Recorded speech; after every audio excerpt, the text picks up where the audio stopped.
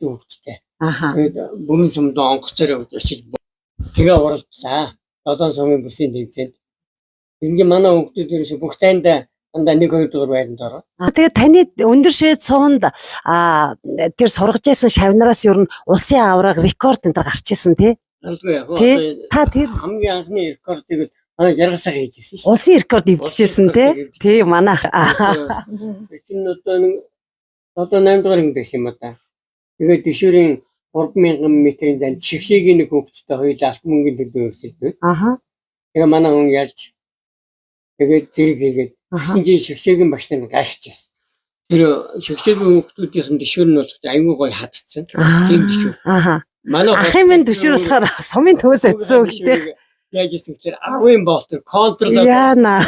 Бостон энэ тайрч мэдэхгүй. Бостон зарим нь мөсөн дээр зурдаг. Нөгөө юу гэдэг нь бор зүрхээрээ тий.